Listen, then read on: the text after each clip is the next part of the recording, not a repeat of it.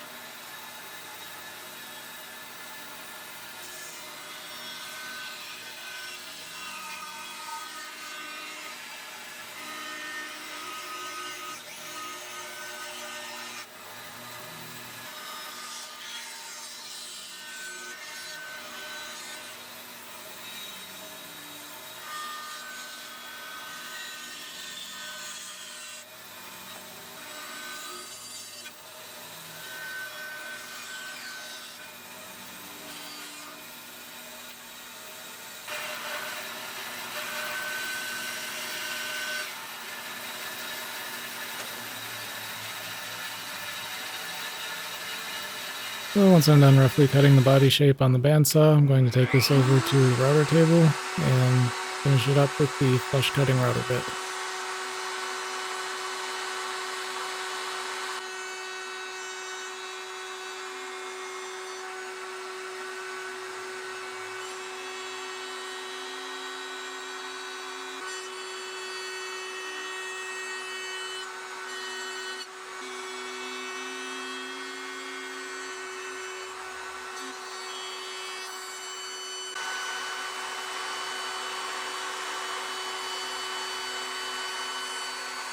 You can see this particular router bit is a really nice surface.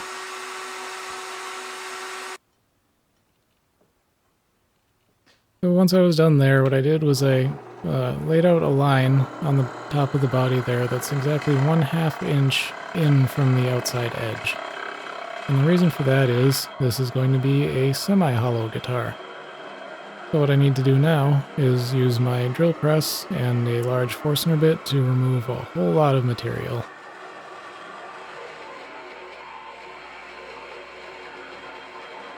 With a semi-hollow electric guitar, this doesn't really affect the tone in any particular way. This is mostly going to serve as weight relief, although it is somewhat louder when played acoustically.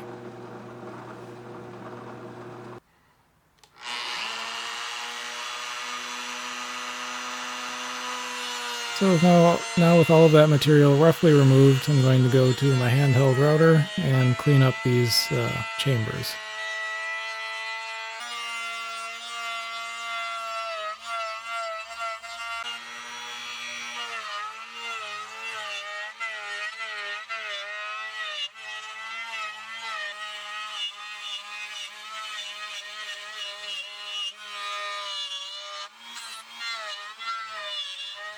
Yeah, in case you were wondering, yes, I did basically just say that tone wood on a electric guitar is a myth.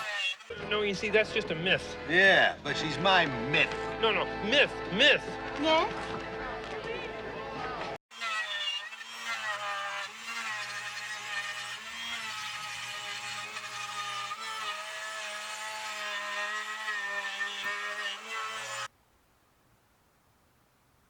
So there the chambers are, all nicely cleaned up. And now that the body is mostly ready, I'm going to switch over to working on the wood that's going to make the top. Now this is a book-matched piece of golden camphor burl. I've heard some horror stories about the smell of camphor when you're working with it. I did not have that experience with this piece. It didn't really smell like much of anything at all. Well, to be fair, that's kind of what I prefer when I'm working with wood, is that it just kind of doesn't really smell like much of anything. It's kind of the best you can hope for, usually.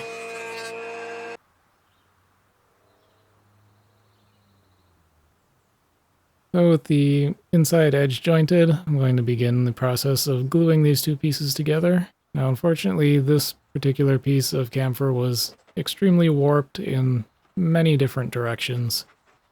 So what I'm doing to clamp this up is I'm going to use masking tape to hold the joint together, and then I'm going to use this large offcut from an older build as essentially a clamping caul to keep those two edges as closely aligned as possible.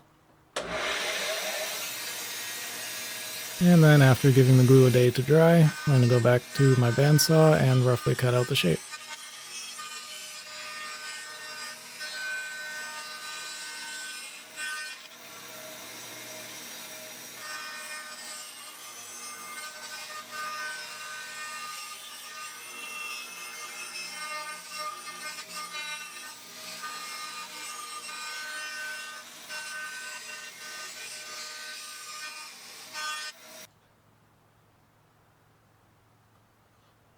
Now, because I want this guitar's electronics to be shielded, I've laid out lines on the inside edge of the top, and I'm going to paint on shielding paint to cover the entire area of that large chamber on the right side of the body.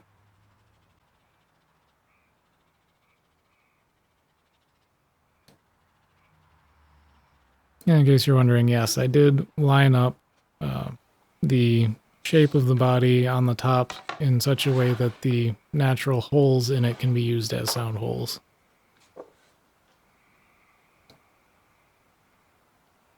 Now, of course, I have to shield the entire inside of this chamber.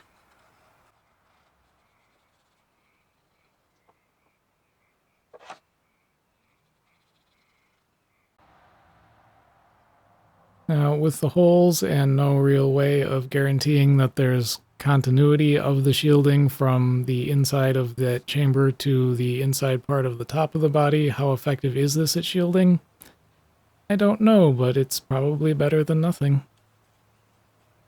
And now, because I've made the entire right chamber of the body black by putting in the shielding paint, I'm going to try to make the left chamber match by painting in a bunch of black stain.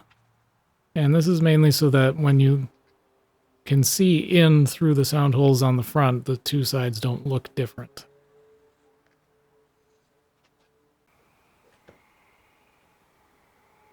Now with that done, I'm ready to begin attaching the top to the body. So I'm going to line it up exactly where I want it, and I'm going to drill through the locations where I know the pickups are going to be so that I can put in a couple of locating pins, which will help guarantee that when I'm gluing the top into place, it doesn't try to slide or move when I'm putting on the clamps.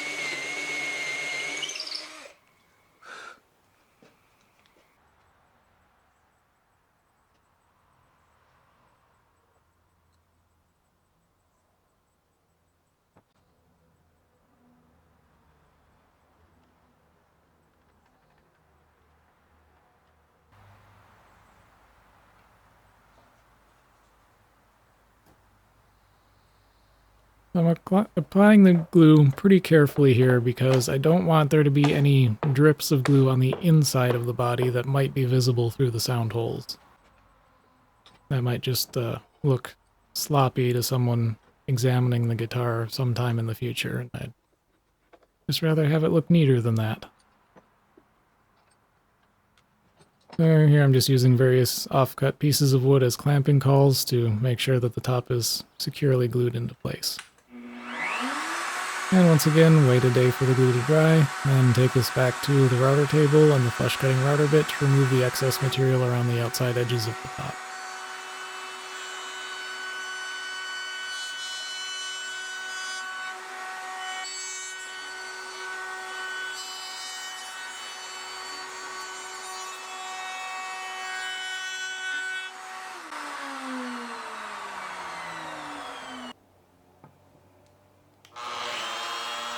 So a few more touches. I'm beginning on the top. I'm going to use a 1/4 inch roundover bit, just because that's kind of the traditional Telecaster thing.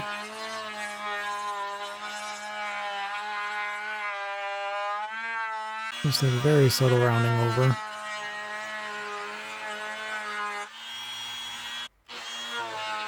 And then on the back I'm going to use a 1/2 inch roundover bit, just because I felt like that would be a little bit more comfortable, and I didn't think it would be a good idea to try and do a full comfort carve on the back, considering the size of the chamber that was right there, and just the risk of carving into it.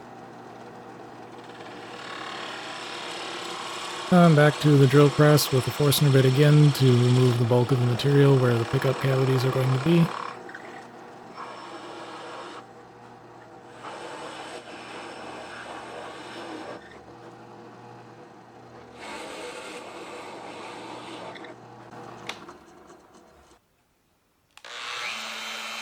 And then I'm going to follow that up with the handheld router once again to finalize those shapes.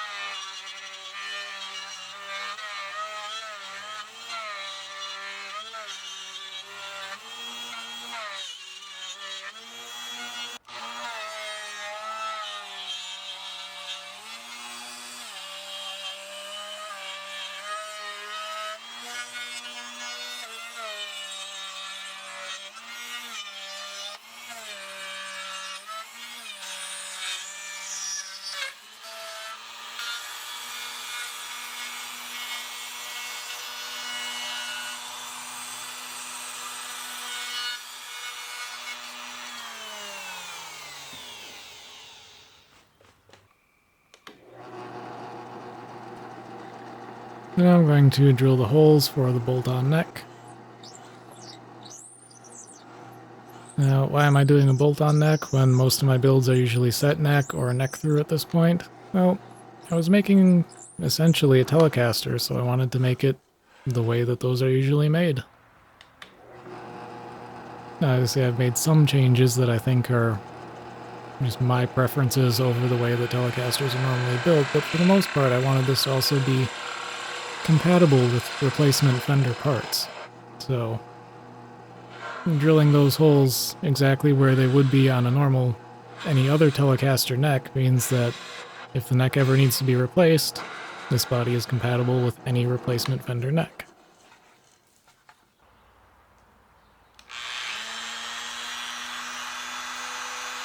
And once again, after I'm done drilling most of the material away with the drill press and the Forstner bit, I'm going to go back to my hand router and clean up the pocket.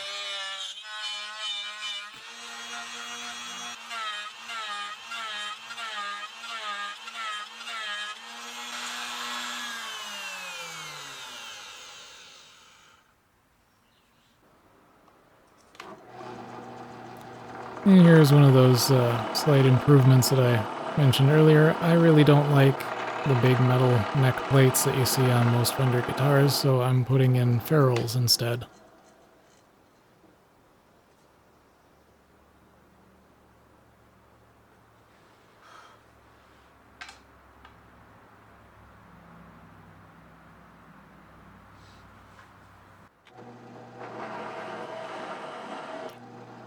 Now, I'll say I'm not totally happy with how this looks on the back with the holes for the ferrules, especially those two near the top of the body. They just don't look all that great, but again, because I had to stick with that exact hole placement, I didn't have a whole lot of choice about that. And now we're moving on to stain. So I'm going to start by applying black stain to the entire surface of the guitar. Now, some people are probably thinking this just absolutely ruins all of the nice grain figuring that's on the top, but it will make sense in just a little bit.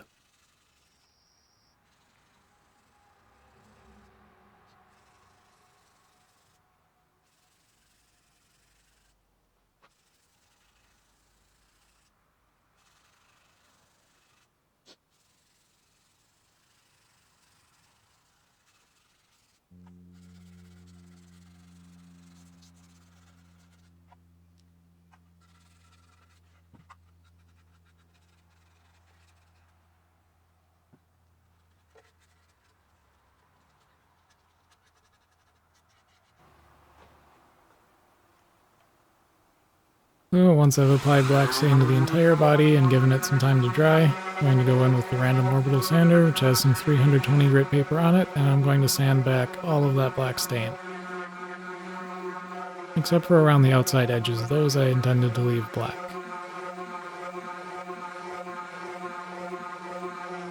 And here you can see now that a lot of this is sanded back, that figuring is starting to really pop a lot more than it did without the stain. And I'm going to do the same thing on the back of the body.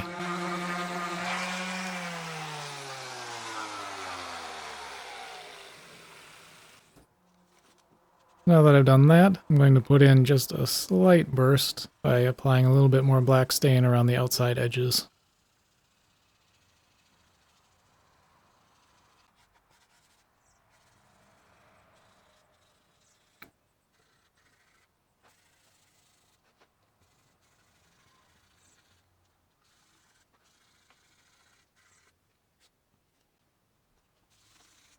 And then once I'm done with that, I'm going to apply 3 or 4 coats of a phthalo blue.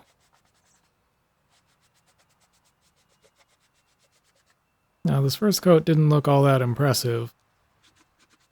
I'll give it just a second here.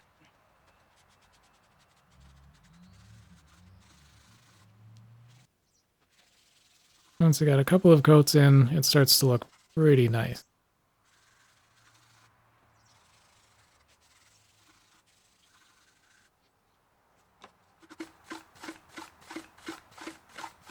And then here, just brushing it off to make sure that no little fibers from the cloth I used to apply the stain were stuck to it. And of course, applying the blue to the back as well.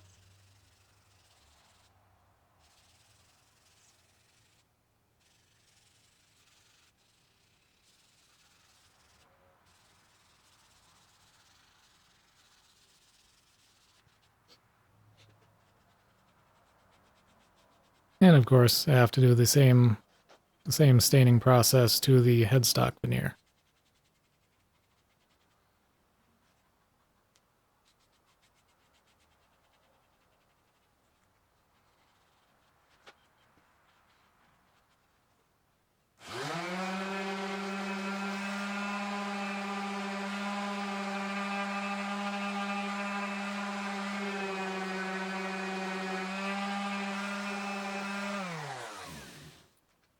So once again, beginning with a base coat of black, sanding it back, and then following it up with some phthalo blue.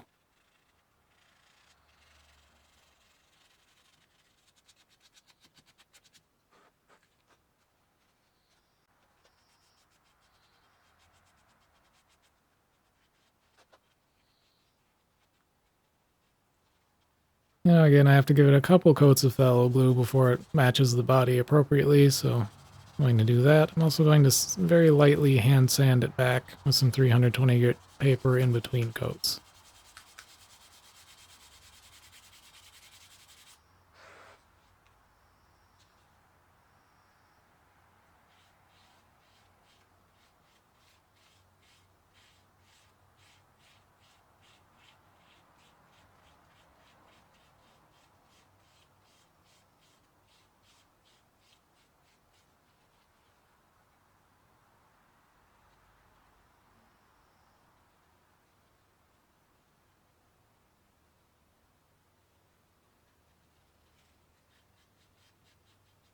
And that's going to do it for episode 2 of this guitar build.